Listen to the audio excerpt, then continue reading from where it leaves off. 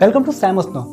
आज बात करेंगे एक मिसकॉन्सेप्शन के ऊपर। कई लोग को ऐसा लगता है कि जब भारत में विंटर होता है, विंटर का सीज़न होता है, उस टाइम पे धरती सूर्य से सबसे दूरी पर होती है, और जब समर चल रहा होता है उस टाइम पे धरती सन से सबसे पास होती है। और देखा जाए तो लॉजिकली यही लगता है कि जैसे कहीं आग जल रही है, हम उसके जितना पास बैठेंगे हमें उतनी ज़्यादा गर्मी लगेगी, और हम जितना दूर जाएंगे उतना ही उस गर्मी का जो इफेक्ट होगा वो घटता जाएगा। लेकिन क्या ऐसा सच में है, वो देखेंगे ज़रा आज। क्योंकि अगर ऐसा होता तो जब भारत में विंटर हो रहा होता उस टाइम पे ऑस्ट्रेलिया में समर नहीं चल रहा होता, क्योंकि जब भारत में सर्दियाँ चल रही होती है उस टाइम पे ऑस्ट्रेलिया में गर्मी हो रही होती है, और जब ऑस्ट्रेलिया में सर्दी हो रही होती है तो भारत में गर्मी चल रही होती है। तो एक ही समय पे, एक ही टाइम पे दो डिफरेंट सीजन क्यों? ये कैसे हो रहा है? अगर सिर्फ दूरी का ही मैटर होता तो दोनों ही जगहों पे सेम सीज़न होने चाहिए। आज इसी को अच्छे से समझते हैं। तो इसके लिए हमें चाहिए क्या? हमें चाहिए एक ग्लोब, और दूसरा कोई ऐसी चीज़ जो कि सन के रेस से हमें कंपैरिजन करा सके, जिसकी मदद से मैं सन की रेस को उस ग्लोब पे डाल सकूँ। उसके लिए मैं चाहिए होगा एक छोटा सा बल्ब।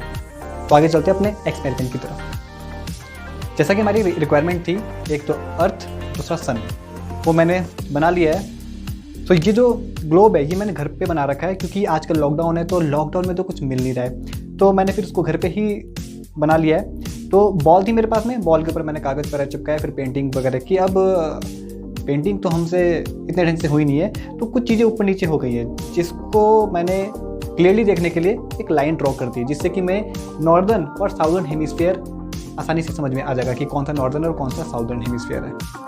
तो ये हमारा सन और ये हमारा अर्थ। तो अब देखते हैं वो फैक्ट। तो अब जरा समझते हैं ऐसा क्यों होता है। अब देखा जाए तो धरती कैसे कैसे घूमती है सन के चारों ओर। एक तो धरती का रिवॉल्यूशन होता है सन के चारों तरफ, और दूसरा ये धरती की स्पिन भी होती है अपने में, ये अपनी एक्सिस के थ्रू स्पिन भी करता है। और जैसा कि यहाँ पे दिख रहा होगा कि डे एंड नाइट शो हो रहे होंगे यहाँ पे इसकी रेस की वजह से। अब एक्चुअल में धरती सन के चारों ओर सर्कुलर पाथ में नहीं घूमती, वो घूमती है इलिप्टिकल पाथ में। ऐसे मतलब एक समय में धरती सन के सबसे पास भी है और एक समय में धरती सन से सबसे दूर भी है। और जब धरती सन के सबसे पास में होती है तो वो होती है 147.5 मिलियन किलोमीटर दूर, उस समय ये सन के सबसे पास में है। और जब ये सन से सबसे दूर होती है तब ये होती है 152.6 मिलियन किलोमीटर दूर। और जब ये सन के सबसे पास में है तो इसको कहा जाता है पेरिहीलियन, और जब ये सन से सबसे दूर होती है तो इसे कहा जाता है एफिलियन। यानी कि जब ये पेरिहीलियन पे होती है तब डेट क्या होता है, डेट क्या हो रहा होता है, डेट हो रहा होता है समय 4 जनवरी। और जब ये सन से सबसे दूर होती है उस टाइम पे होता है 4 जुलाई, यानी कि जनवरी में सबसे पास होती है ये। और देखा जाए तो हमारे हिसाब से जनवरी के टाइम पे यहाँ पे सर्दियाँ चल रही होती हैं, और लेकिन उस टाइम पे यहाँ पे जो धरती है वो सन से सबसे पास में है। तो ज़रा समझते हैं ऐसा क्यों है। एक्चुअल में ऑर्बिट की वजह से ऐसा नहीं है, वो है इसके टेढ़े होने की वजह से।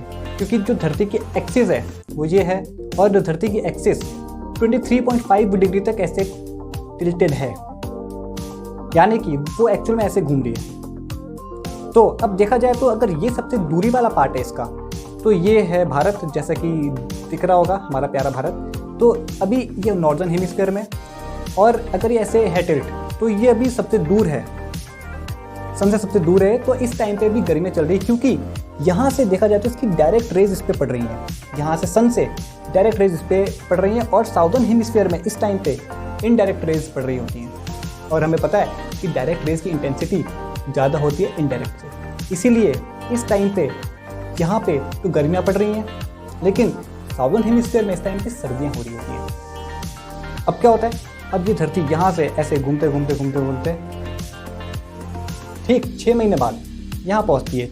अब ये हो रहा है 4 जनवरी, यानी कि ये अपने पेरिहीलियन पे। अब देखा जाए तो जो भारत, हमारा प्यारा भारत, अब ये थोड़ा दूर हो चुका है इस साउदर्न हेमिस्फीयर से। अब ये थोड़ा पीछे की तरफ आ चुका है, और ये दिख भी रहा होगा कि यहाँ पे थोड़ी सी इंटेंसिटी लाइट की कम हो चुकी है। यानी कि अब साउदर्न हेमिस्फीयर पे तो डायरेक्ट रेज जा रही हैं, लेकिन नॉर्दर्न हेमिस्फीयर पे इनडायरेक्ट रेज जा रही हैं, जिसकी वजह से अब यहाँ इनडायरेक्ट रेज हैं, यानी कि नॉर्दर्न हेमिस्फीयर में इस टाइम पे विंटर होगा और साउदर्न हेमिस्फीयर में इस टाइम पे समर होगा। तो इस टाइम पे यहाँ पे सन से सबसे पास होने के बावजूद भी इस टाइम पे नॉर्दर्न हेमिस्फीयर में भी सर्दियाँ हैं। तो जनवरी 4 पेरिहीलियन पे हमारी धरती सन से सबसे पास में होती है, लेकिन फिर भी हमारे यहाँ पे इस टाइम पे विंटर हो रहा होता है, क्योंकि इस टाइम पे इनडायरेक्ट रेज पड़ रही होती है। और बाकी सीजन्स का भी यही कारण होता है, क्योंकि हमारी जो धरती है वो टिल्टेड है 23.5 डिग्री पे, और वो ऐसे ही घूमती जाती है। यहाँ पे फिर से ये एफिलियन पे पहुँच चुका है। अब यहाँ पे फिर से हमारा भारत, प्यारा भारत पास में आ चुका है, यानी कि फ्रंट में आ चुका है। अब यहाँ पे डायरेक्ट रेज इस पे पड़ रही है नॉर्दर्न हेमिस्फीयर पे, तो ये पार्ट जो है अब फिर से समर में जाएगा और पीछे वाला पार्ट में फिर से विंटर हो जाएगा। तो कैसा लगा ये फैक्ट जान के, ये कमेंट बॉक्स में लिखना ना भूलें, और घर में तो एक्सपेरिमेंट कर ही रहेंगे।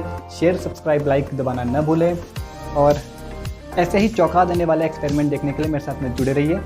Thanks for watching.